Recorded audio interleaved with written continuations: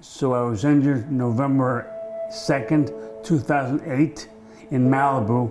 I was riding my motorcycle and I hit some gravel, slid across the highway and hit a car's tire going the other way. And so that's how I got a traumatic brain injury. And I was in a coma for 6 weeks. He finally went to Casa Colina about 5 months after his accident.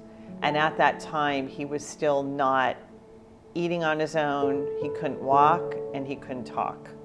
And that's really where his recovery started, once he got in the hands of Dr. Patterson. I got therapy in physical therapy, occupational therapy, and some other therapies that I can't really recall. But they were very, very intense, and it took a long time, but I just felt good. And I recall that very well. I recall feeling safe at Casa Colina. But it's been a very, very long recovery. And Marco still works really hard at his recovery.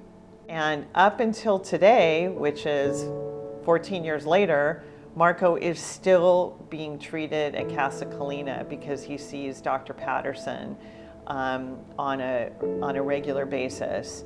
And having that touchstone with Casa Colina, it's hard for me to express what a savior it's been to me and to Marco. Yes.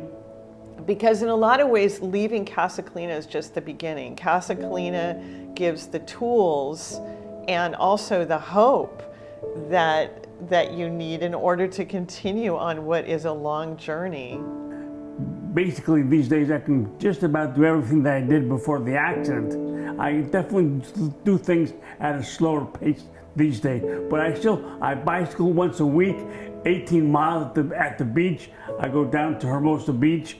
We have breakfast. I come back also on my bike, and I'm really grateful that I can ride my bike so well and so long.